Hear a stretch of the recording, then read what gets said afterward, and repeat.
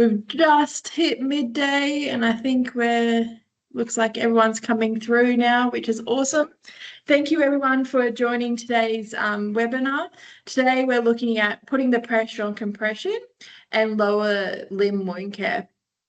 I'd like to start off today by acknowledging the traditional custodians of country throughout Australia and their connections to land, sea and community. We pay our respect to their elders past and present and extend that respect to all Aboriginal and Torres Strait Islander peoples here today.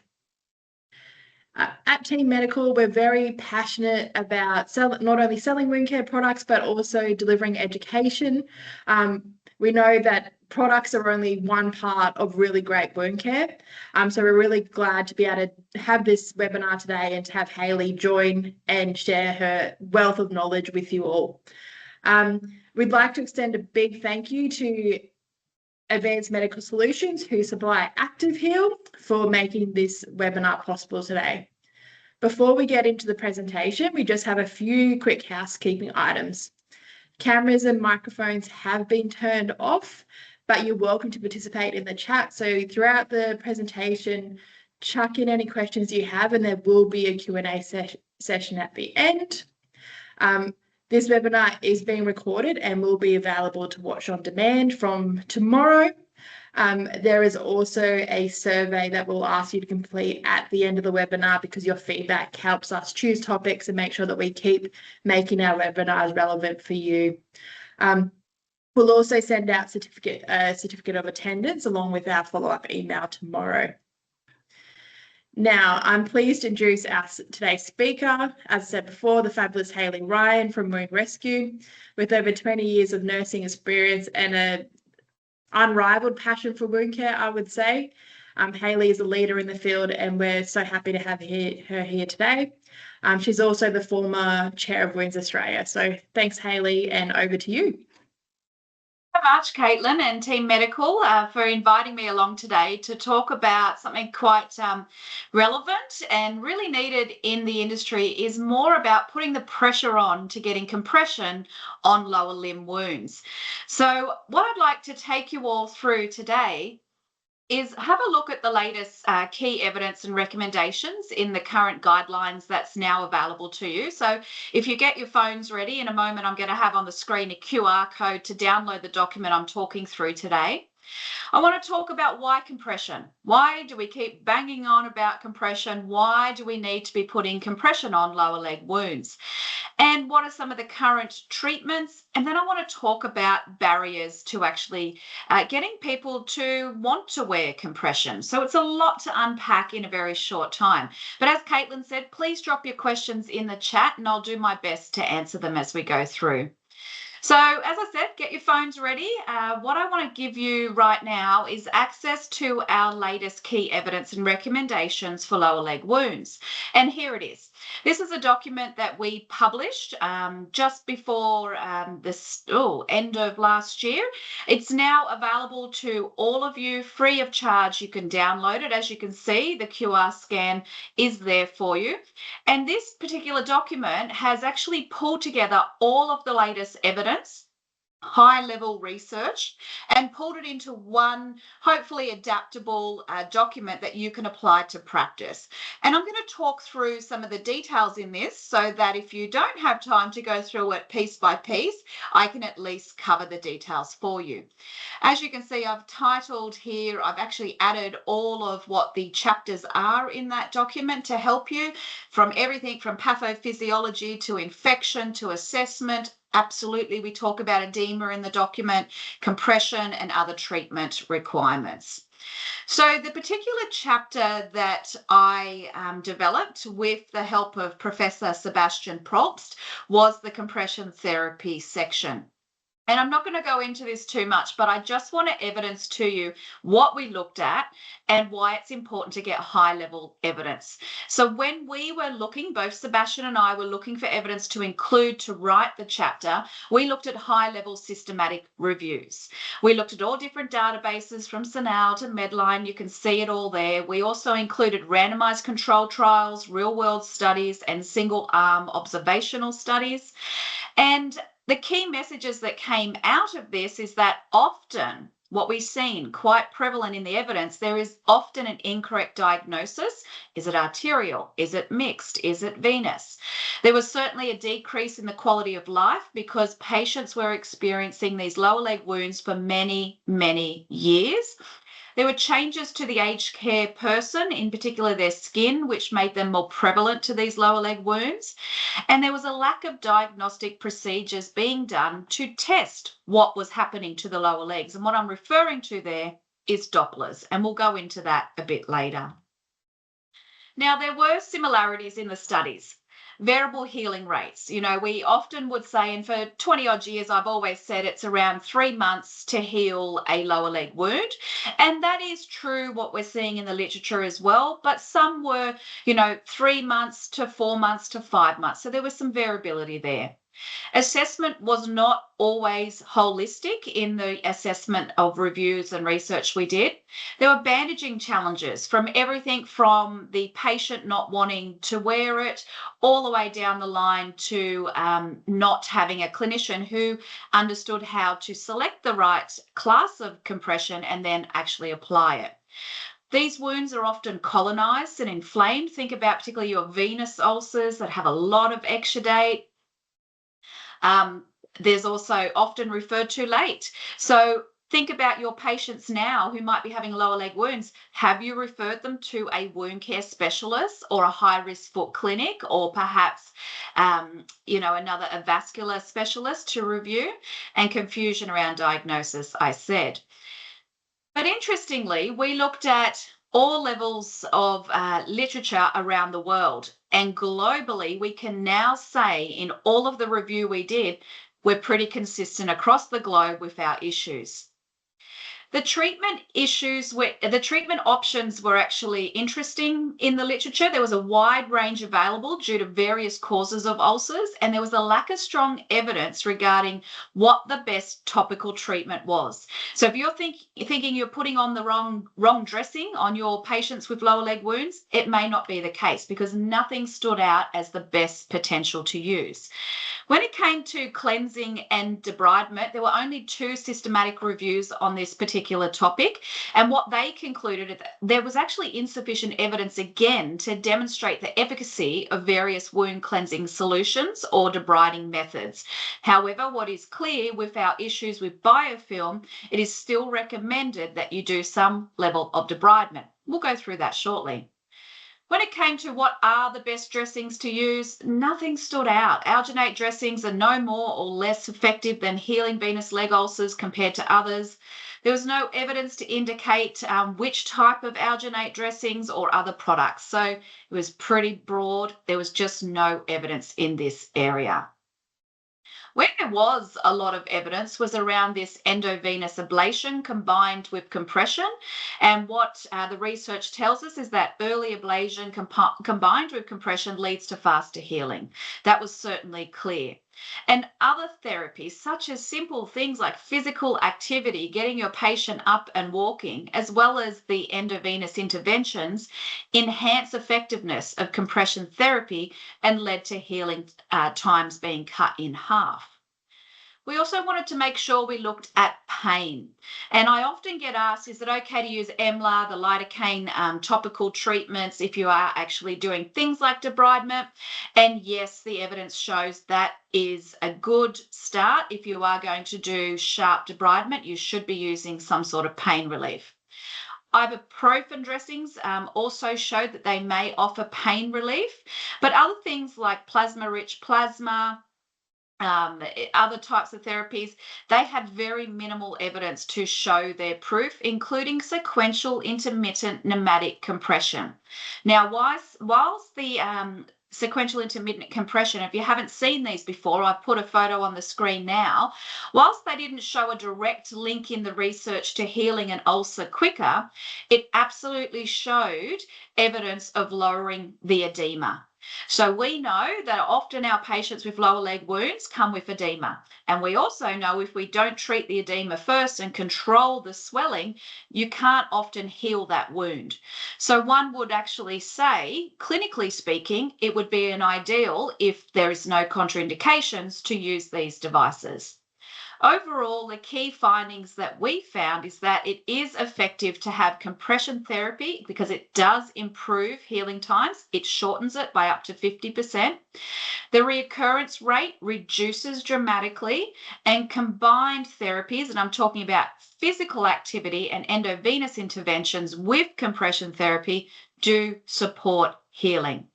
But this was the standout. The absolute standout with all the evidence we looked at is that if you apply compression therapy, if there's no contraindications, from the first visit of managing that lower leg ulcer, you will reduce the ability to have a long-term wound and you will heal that ulcer. That is clear. Now, in that document also, if you have downloaded that document, and I'll send over to Caitlin and the team the QR code so you can get it later when they send you an email with your certificates. This is a great little diagram we've included. It talks you through working out how to diagnose, what treatments you should think about, what options there are, and the outcomes. And it's in one flow chart. So that way you can take that flow chart, perhaps laminate it, hang it in your clinical area to help you guide your practice. So that was the evidence. But the question now remains is why compression therapy? And without being too cheeky, my simple answer to that is because it works. It's clear in the evidence. It's clear in clinical practice that if we can get lower leg wounds into compression bandaging or stockings sooner, we know that they heal better. But let's have a little look at the differences between venous and arterial disease. And I'm going to be the first clinician here today to say, I get your dilemma. These wounds are hard to diagnose just by looking at the wound because they're often very thick, tenacious slough around the wounds. They're hard to determine what's under it. They're often around this malleolus area, which is quite hard to treat. They take a really long time. And so there's issues to heal the lower leg wounds when you don't know what you're looking at. So a couple of considerations when we're deciding is it arterial or venous, it really starts by knowing the anatomy. And we know that with arterial disease, this is really a buildup of plaque in that arterial wall. For example, on the screen, you can see a normal artery where there is no calcification. Blood flows quite freely. There are no issues hindering that blood flow. Now, when it comes to plaque building up, the blood starts to become diminished in the ability to get through. And if it gets fully blocked, that's when you can start having further issues, such as that reduction and inflammation process breaking down to an arterial ulcer. Now, I want you to think about the anatomy here for a minute. If I'm telling you that we've got calcification in the artery walls, and that's going to diminish the blood flow, would I then put compression on this wound? Drop it in the chat for me, yes or no. Would I use compression on an arterial ulcer that already has calcification and a diminished blood flow? Would I use compression therapy?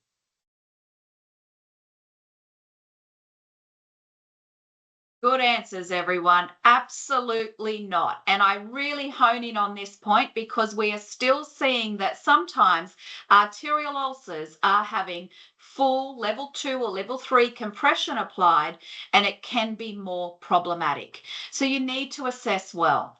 So let's talk about venous insufficiency. Well, here's our veins, as you can see on the screen.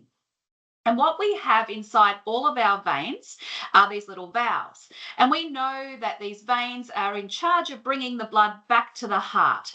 And so they're going to push upstream. Now, with that, these valves are designed to close. Think of it like a trap door, to close and block off the chamber for the blood to continue up the leg and get that pressure to be pushing up. Now, unfortunately, sometimes we get damaged valves. As you can see an example here, it's diminished, it's smaller. And when you have these damaged valves, when I'm talking about a trapdoor, they don't close properly. And so now what happens is you get this blood flow not leaving the chamber, but rather going up and down, back and forward to the chamber. And I know that's a very simplistic way of saying it, but in other words, we've now got an issue with blood flow not getting to where it needs to go. Now, first, before I go to the next slide, How do we make that happen? Well, it's our calf muscle.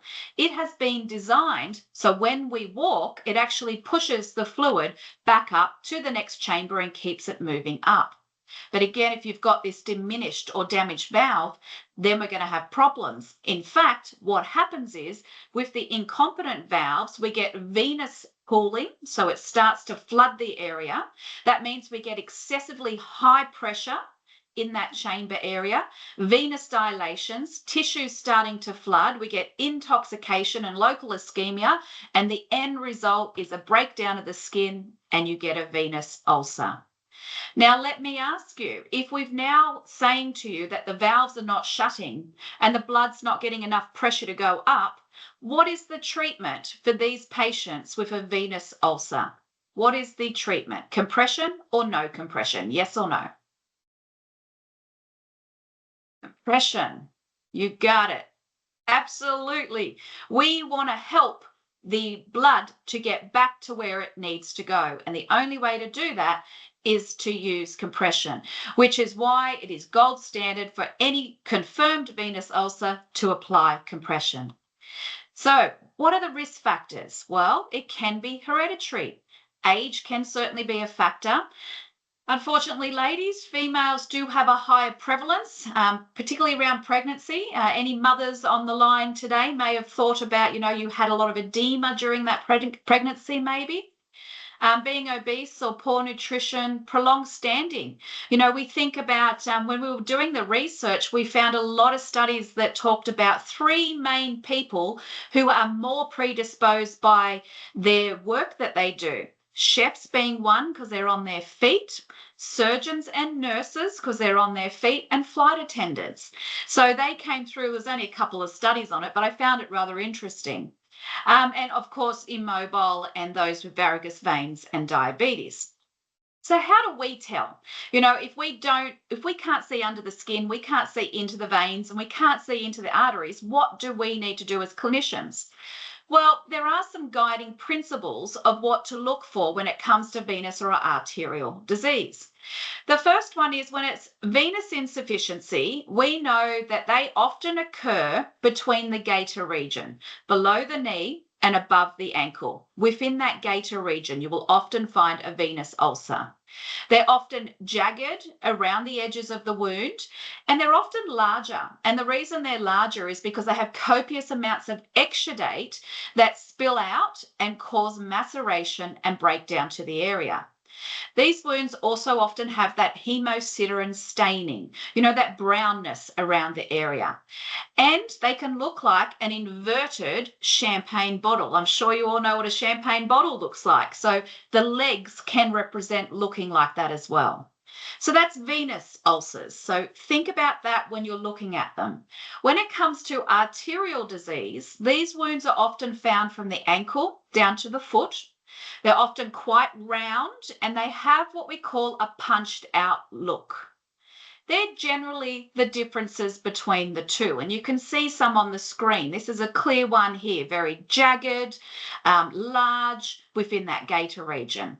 Whereas you've got this arterial ulcer, this is a perfect one if you can see it on the foot, quite round, punched out look. That's a good one of punched out look, and from the ankle down to the foot.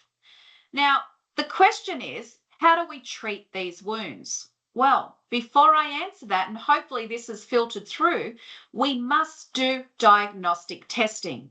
And what I'm referring to here is Dopplers. We do need to ascertain by a Doppler ABPI or TPI, ankle brachial pressure index, where we take the cuff around the ankle, or a TPI, toe pressure index, where we take the cuff around the toe.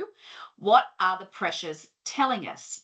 And this is what a Doppler ultrasound looks like. We will come in from wound rescue, for example. We can see your patients. We'll do a Doppler straight away, and we can ascertain what's happening and if we're seeing signs of venous insufficiency or arterial disease, because we can calculate a reading. And what we know is that any ABI, so I'm talking about ankle brachial pressure index, below 0.5 we would never do compression. We would refer straight away to the vascular team. If it's between 0.5 to 0.8, we may use a small low-level compression based off assessment. But between 0.8 and 1.3, we're absolutely going to look for that gold standard compression class and apply it as best we can. Now, even with that Doppler, the next step before we can even start thinking of treatment, it's really doing a good lower leg assessment. And if anyone's interested, these are the ones that we recommend for general use by clinicians. We can share that with anyone online. You'll see our socials button at the end. Follow us. And if you're interested in getting a copy for your workplace and your governance teams are happy, reach out. We'll send you a copy. Not only that, that's the lower leg assessment we recommend all of you to be doing as part of the norm. My team would come in and do an advanced assessment. So we would take your assessment and then review as an advanced level and also include a Doppler. It then sets a foundation of what's actually happening to this lower leg. Because at the end of the day, we do need to determine, is the wound we're looking at arterial disease, venous, or neuropathic? Now, if you do have your cameras out, this is probably one photo I'd recommend. This is direct from the textbook and the references are in my slides. So this is not from me, I can't claim that, but it's an excellent graphical design which tells you the differences between venous, arterial, and neuropathic. For example, both venous and arterial disease can in fact be painful, but when it comes to neuropathic, often they're not painful, but it gives you a good overview of the differences between the two. Now, what is the overall management? Well, firstly, I would say it's really important to do some level of debridement, and I'm going to go through that in a moment. Cleanse the wound. This is what we always say, prep the wound bed for success. So cleansing well with the right cleansing agent. I think when we're looking at venous and arterial ulcers, to be honest, we're probably far gone away from the normal saline at this stage, and we're upping the level to maybe an oxidized product. You may have heard of some of them, like microdacin solution, for example. They will support that wound through their oxidized process a lot better. Ensure that you put a barrier cream or application around the actual wound edges. We want to stop that. And you know what? To be honest, guys, that's actually for all wounds. Our standard protocol at Wound Rescue is to ensure some barrier is around the edges of every wound to stop it breaking down. Select the dressings based off characteristics. You know, I ran a couple of webinars this month purely on dressings, and I talk about dressings in the generic sense.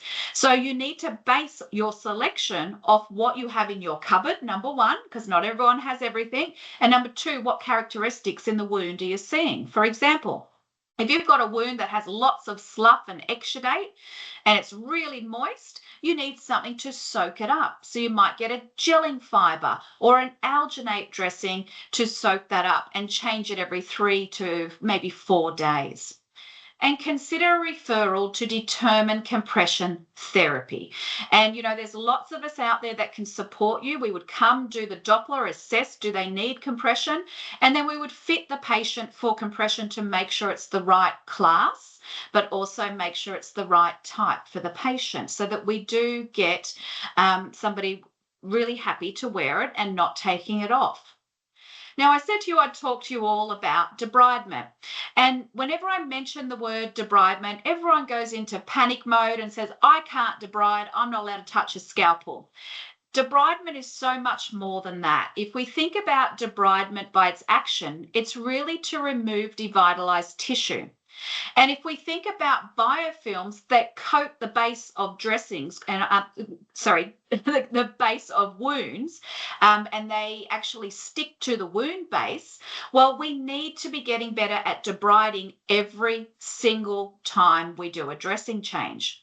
Now, There are different types, and that's why I like this ladder. There is autolytic debridement, where you apply the right dressing and it does the debriding for you. There's mechanical, and this is where I see a lot of clinicians could be really working in this space. This is crucial. We now have available these wonderful microfiber cloths that you can moisten and you scrub the wound. It doesn't hurt the patient. If you don't have a mechanical debrider within your kit, I can absolutely say get one today, because it will absolutely be a game changer for you. But when we step it up to curette and sharp debridement, that's when not everybody can do it because of the training required, etc. We can come in and do that for you. Most times on the bedside, my team will come in and do that. So curettage and sharp debridement is different, but you guys could be working in that mechanical space. And let's face it, not all wounds can be debrided, which is why you need to start with a good assessment. These wounds here that we went on site to see, there's no way we would debride these. This clearly needs a vascular input and assessment. So you've now done a Doppler. You now recognize that the patient definitely needs some form of compression. The question is, what class do we want to go to? Now, what the evidence talks to when it says compression, compression, compression is in fact class 3. We know that the gold standard is get the patient to around 40 millimeters of mercury compression, and that will heal their wounds in a normal trajectory of time. But I'm also a realist, and I also know that a lot of the times it takes a bit of time for the patient to get used to the pressure. So I sometimes adopt, depending on my assessment, a step-up approach. So we might start with a class 1 compression. We might move it up to a class 2 a few weeks later. And if we've built that tolerance, we will definitely move it to a class 3. So it's a stepwise process. Now, sometimes not everybody will want compression. In fact, some people realize and recognize the need for it, but still, no matter, despite our efforts, will wear them.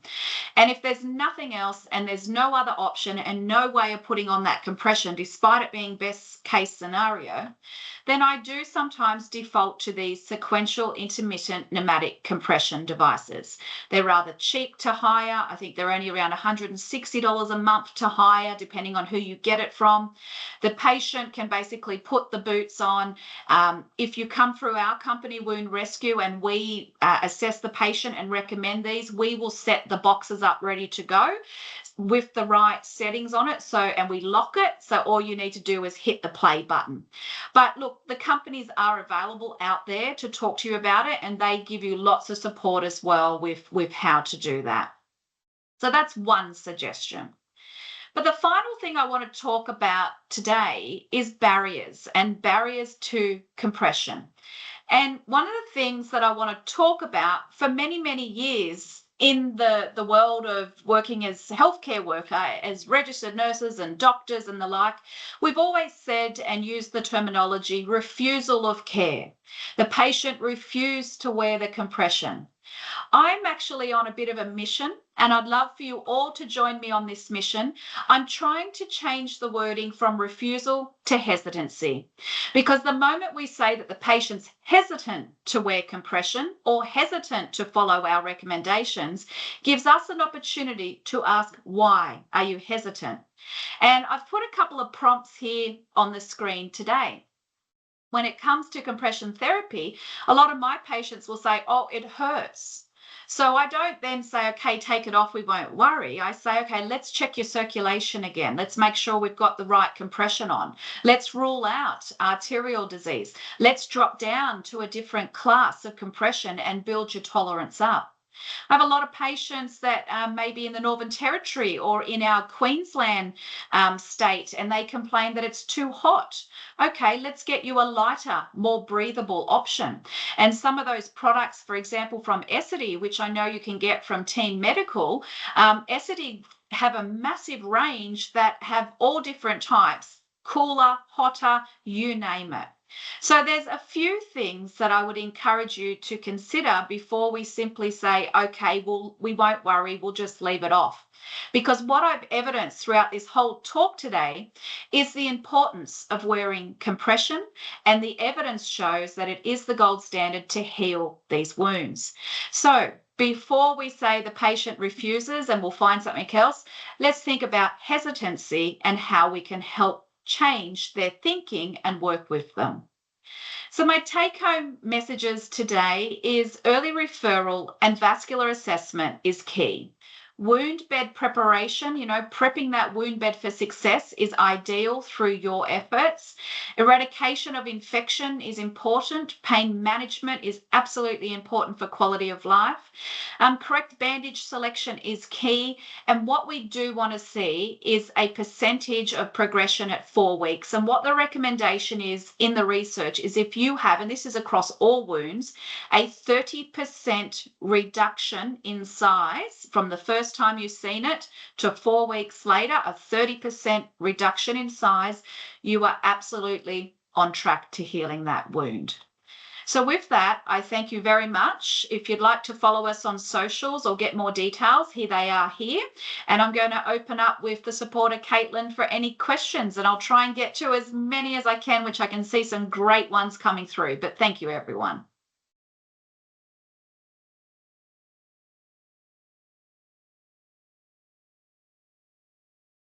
Oh, you're on mute, Caitlin. There we go. Sorry, hit it too quickly. Sorry. Yeah, looks like we've got lots of questions that have come through, so let's jump into it. The first one is, do you have a recommendation for a barrier cream?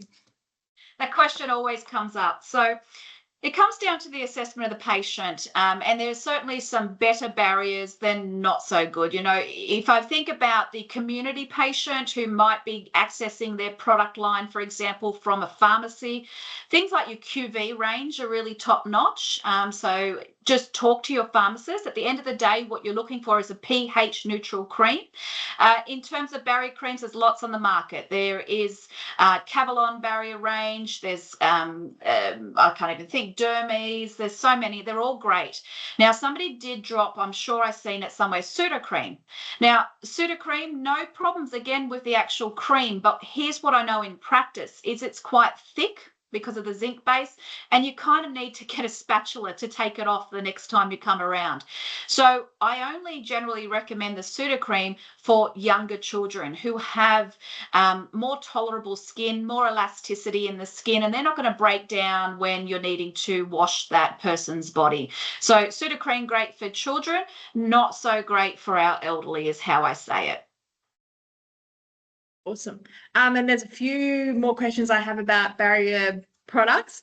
Are barrier wipes as effective as creams? It's a very good question. In fact, watch this space. There's some leading research coming out now. It's we're actually just got it at the journal publisher as we speak. So to tell you more about that, I'd have to come back to you, but because it forms part of my PhD where I did look at barrier wipes. The answer is actually yes, that they are just as good. One would say they're more simplistic from a clinical sense to apply. They're easier to manage. They don't get everywhere. Others might say, is it an environmental risk? There's lots of pros and cons. I know that a lot of companies are working really hard now to focus on that environmental impact, and they're making disposable or degradable wipes as well. So yes, they are very good. Awesome. And when you use a barrier cream, will the dressing still stick? So I suppose just to add on to that, Hayley, why do you suggest using a barrier cream? It's probably a great question. I really love that thinking. So a couple of things.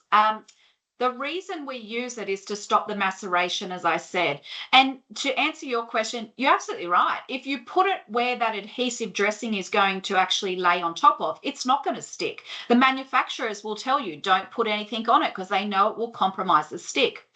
What I recommend when you do put that cream around the wound, focus very much just on the edges. You're just going around the edges and you still want a large enough dressing to go outside of where you've placed the cream. That's a very good point. Thank you.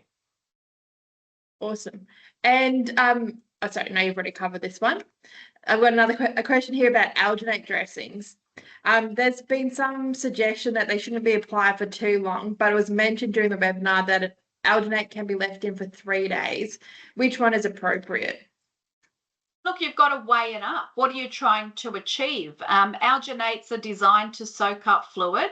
The manufacturers will tell you, you have to look at the manufacturer because some of them do have a couple of differences, but 3 to 5 days is what some recommend. My clinical impression, so I'm talking clinically now, is that sometimes alginates can leave filaments in the wound. And whatever you heard previously, that's probably what they were alluding to.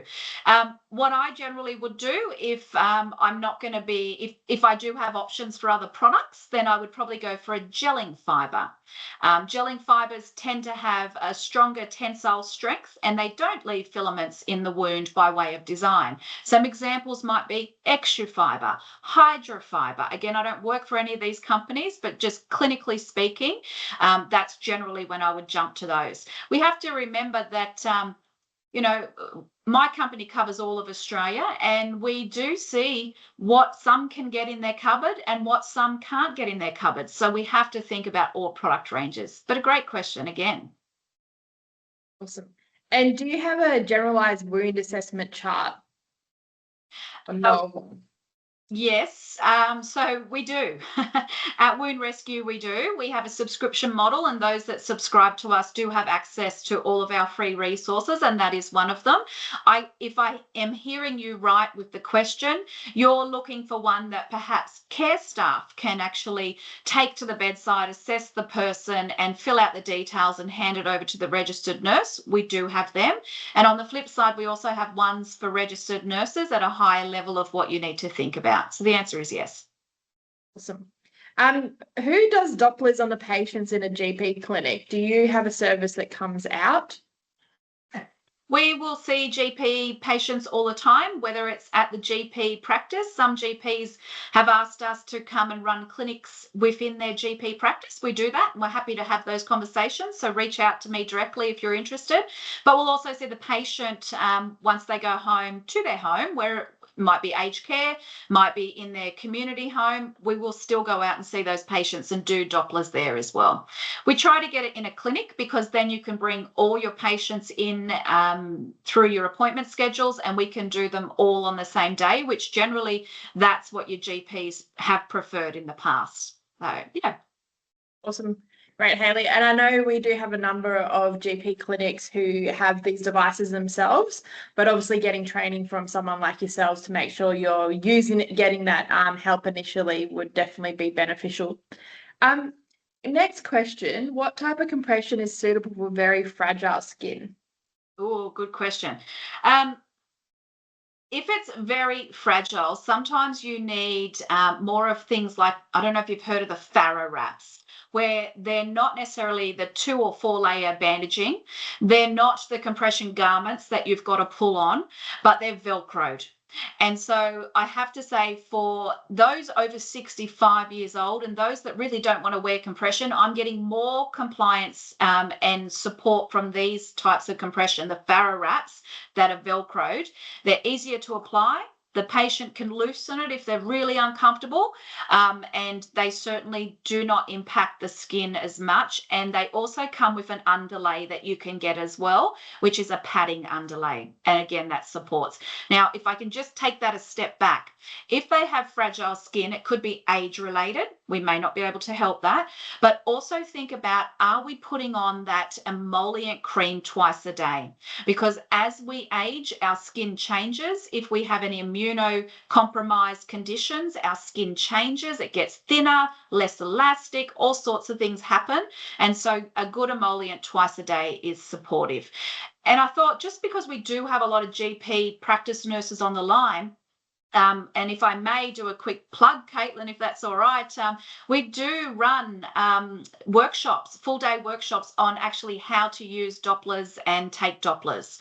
So if you're interested in learning or getting your team together to do a workshop on lower leg wounds and actually how to use the Dopplers, we're happy to support that as well. Next question. How do you manage or support patients who won't allow the compression product to be applied properly? So the question is why? You know, we spoke, or I spoke a lot about changing it from refusal to hesitancy. So the question I always ask a patient is, why are you hesitant to wear this? And if I knew that answer, we can then start to unpack how we can change that, because it could be how we're applying it. It could be we're not getting the right pressure. It could be the wrong type of compression that they're actually using. You know, is it a garment? Is it a bandage? Are we making sure we put 2 fingers under the knee and only going to that level so there is space? There's lots of variables in that question. Awesome. I have another question that kind of relates to that. If a person has a venous leg ulcer and can't get to have the measurements done for compression, can we use 3 layers of tubey grip? Yeah, this is an ongoing question. Look, sometimes I actually start with tubey grip. Now, let me be clear, from tubey grip to tubey fast. We talk about millimeters of mercury, gold standard being class 3, 40 millimeters of mercury. I've sometimes been asked by clinicians, can we just put tubey fast on? Well, to be clear, tubey fast has 0 millimeters of mercury. Then I get asked, can we use tubey grip? Now, to be clear, tubey grip has around 8 millimeters of mercury. Now, that's 8, and we're trying to get the best outcome here for our patients at 40. So you need about 5 layers. Now, do not take that message as putting on 5 layers. That's not what I'm suggesting. But 2 to 3 layers of tubey grip, if a patient won't go into anything else, is a good compromise to start. And that's your way in to start tailoring up and moving them up in compression. So you might do that 2-layer of tubey grip, 3-layer tubey grip for 2 weeks, and then say, come back and see me. Let's now build your tolerance up to a proper level 1 or class 2 compression and go from there. It's a tailored approach. Awesome. I think this might be our last question, but it's a goodie. Can venous and arterial wounds be healed, or is it just maintenance? Follow-up comment is that they've seen quite a lot that have not healed in 3 years or more. So, great question, and a very good one to end with. The answer simply is yes. All of these wounds can heal, with one small caveat. If the person is at end of life, and I'm talking about active dying phase, then of course we're not going to have that option. But wounds do heal if you have all of the variables, or in other words, all of the ducks in a line. If the patient's willing to come along the journey and do what's recommended, if you've done the appropriate Dopplers, selected the right dressing, and applied compression regularly, most wounds will heal within 3 months. Now, to be clear, a venous ulcer absolutely can heal if we manage it. Arterial ulcer does need surgical intervention. Remember, you've got that calcification in the arteries, so they do need further support from your vascular team. We can't do anything with that with our dressings. It's internal into the arteries. Now, having said all of that, it is about good referral pathways as well. Get onto your wound specialist, refer on, because that helps you get the patient in the right trajectory of healing. Now, you said a couple of years. That's not uncommon for me, because we're an advanced wound care practice. We see patients all the time, particularly with lower leg wounds. I've had some that have had wounds for 9 years, 18 years. One of the longest standing patient that has only a few years ago come into our care was a patient who had his wounds for 42 years, lower leg venous ulcers. They're now healed. So we're now at maintenance stage. So absolutely, these can heal. But great question. Thank you very much. Awesome. Thanks so much, Hayley. Would you mind just jumping to the next slide? Yes. As mentioned earlier, we have a survey. So if everyone could please take the time to scan the QR code. I believe Yana, our lovely marketing events coordinator, would also put a link in the chat. If everyone can please just take some time and provide your feedback, it helps us, it helps Hayley just to deliver what's important to you. And we always want to do better. Thank you very much to everyone for attending today. It's been an awesome event. I've learned heaps as well. So thank you, Hayley, for being with us and sharing your knowledge. Really appreciate you being here. We will share some of the information tomorrow. We'll also provide some links to some events that Hayley has coming up as well. So thank you. Thanks, everyone.